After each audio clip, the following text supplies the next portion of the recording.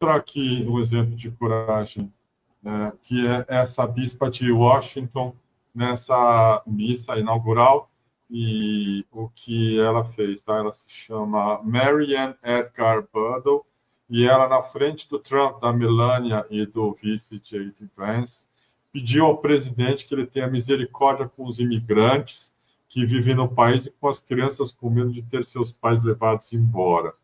O Trump, como se sabe, ao longo da campanha, está prometendo deportação em massa, e ontem ele já falou nisso de novo ali, de uma maneira mais concreta e mais ameaçadora. Na segunda-feira, o Trump também lançou um grande esforço de repressão à imigração, encarregando o exército americano de auxiliar na segurança da fronteira e emitindo uma ampla proibição de asilo. Budd é uma sacerdote anglicana da Igreja Episcopal dos Estados Unidos. Ela se tornou bispa de Washington em 2011, sendo a primeira mulher a assumir o posto. Ela falou sobre o respeito aos direitos da população LGBTI+, e um dia após Trump, após declarar em seu discurso de posse que havia 2 gêneros só na América, homem e mulher.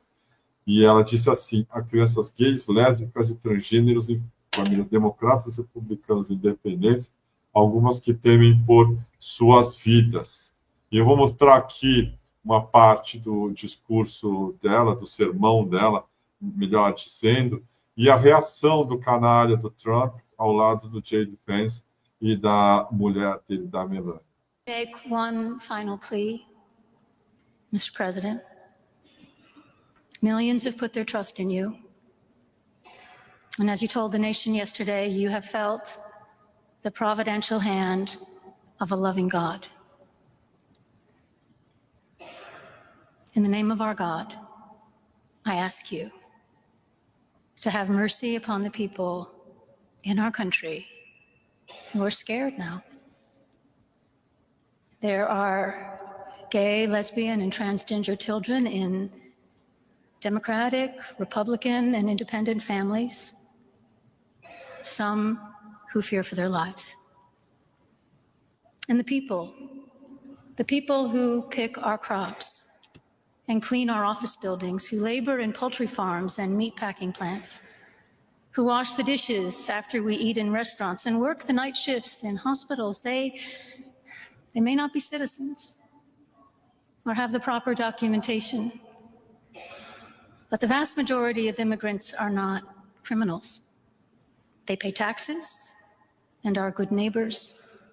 They are faithful members of our churches and mosques, synagogues, wadara, and temples. I ask you to have mercy, Mr. President, on those in our communities whose children fear that their parents will be taken away. Bonito, né? Forte pra caramba. E muito corajoso. Tá na cara do assassino, dizendo para ele ter misericórdia. Não adianta, porque se trata de um psicopata. E a reação dele, eu vou mostrar aqui, foi essa. Figura desprezível. Our neighbor.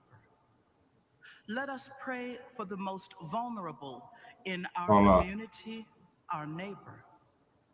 Let us pray for the most vulnerable in our community. Vamos rezar pelos mais vulneráveis da nossa comunidade. E aí ele está rindo. E o J.D. Vance dá uma balançadinha no ombro, como quem diz, olha que bobagem que ela está falando. O J.D. Vance que criticava o Trump no passado, que chegou a falar que o Trump era nazista e tudo mais. É isso aí, isso aí. Olha só, ó que beleza. Esses são cristãos, né, Ricardo? Esses são cristãos. Falam o tempo todo em nome de Deus. Aliás, se a gente for olhar para a situação atual do mundo, a gente pode dizer facilmente assim, ó, até isso está na Bíblia, né? Porque estamos dizendo lá que os falsos profetas vão surgir, vão inventar histórias, vão arrebanhar multidões e vão levar essas pessoas para o equívoco. É exatamente o que está acontecendo. Então, assim, para quem tem fé, está na Bíblia, gente, o que está acontecendo agora. Essas pessoas estão aí, estão previstas desde sempre, de que elas estariam aí mentindo, enganando, manipulando. A gente vive um momento muito complicado, porque assim, é como se a gente estivesse na esquina do mundo agora. A gente tem que decidir para que lado a gente vai virar, para onde a gente vai seguir. E está tudo contra a gente. Está tudo contra a gente. Todos os espaços de comunicação. Eu vejo assim, a imprensa tradicional, ela sempre manipulou fatos que são do interesse dos patrões, dos donos dos veículos, isso é normal. Mas, ao longo das décadas, a comunicação de massa, ela sempre teve na mão de algumas pessoas que tinham minimamente alguma noção do que estavam fazendo. Sabiam que tinham que apurar uma história antes de publicar, que tinham que se resguardar juridicamente, colocar provas, né?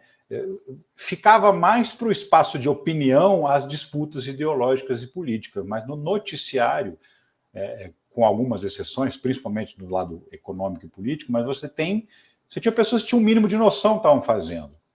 Com o advento das mídias sociais, todo mundo tem espaço para falar o que bem entende, enfim, veio tudo à tona, né? Todos os preconceitos, as ideias deturpadas do mundo, todas as maluquices que você pudesse imaginar, ganharam eco, ganharam espaço para aparecer para todo mundo, e o processo que aconteceu simultaneamente foi o processo de descartar os veículos tradicionais. Então, existe uma campanha para descredibilizar a imprensa tradicional, né, os veículos de comunicação tradicionais, que faziam parte do processo. Faz parte do processo dizer, não assista, não leia, só fique aqui no nosso grupo de Zap, porque só aqui nós falamos a verdade. Faz parte de todo esse processo da extrema-direita. A ascensão da extrema-direita no mundo, ela é um movimento cheio de compartimentos, cheio de ações separadas, que vão acontecendo simultaneamente. Lá no começo da live eu citei o exemplo da guerra cultural do Olavo de Carvalho. Eu estou citando agora o exemplo de como funciona as redes sociais para a manifestação do pensamento. Então, são várias ações simultâneas, descredibilizar a imprensa, descredibilizar as autoridades, descredibilizar as instituições, né? É um processo, enfim, de grande alcance e que está acontecendo simultaneamente no mundo inteiro. E o que a gente está vendo agora é o resultado dessas ações, desses processos, e a gente, de repente, se vê assim, sem saber o que fazer. Porque a gente também está aqui na rede social, mas o que a gente fala não tem o mesmo alcance. O que a gente fala não chega à mesma quantidade de pessoas, não tem o mesmo engajamento. E quando tem, a gente está falando muitas vezes só para dentro da nossa bolha. Só para as pessoas que já pensam como falando para convertidos. Então, aí a gente não consegue sair do lugar, porque a gente não consegue atrair pessoas novas. A grande cola do Bolsonaro, vou além, nem vou ficar falando em bolsonarismo, a grande cola que une a extrema-direita é o ressentimento. É a cola que une isso. E esse ressentimento está totalmente ligado àquilo que a gente falou no começo também, que é essa certa arrogância que a esquerda tem na hora de lidar com as pessoas que pensam diferente. A gente trata com uma certa superioridade. Então, esse ressentimento encontra eco nos problemas que a democracia tem naturalmente, que tem, né? A gente tem super salário, a gente tem dificuldade para punir um político que é bandido, a gente tem dificuldade para afastar um juiz que vem de sentença. Acontece, mas com muita dificuldade, muitas vezes não acontece, né?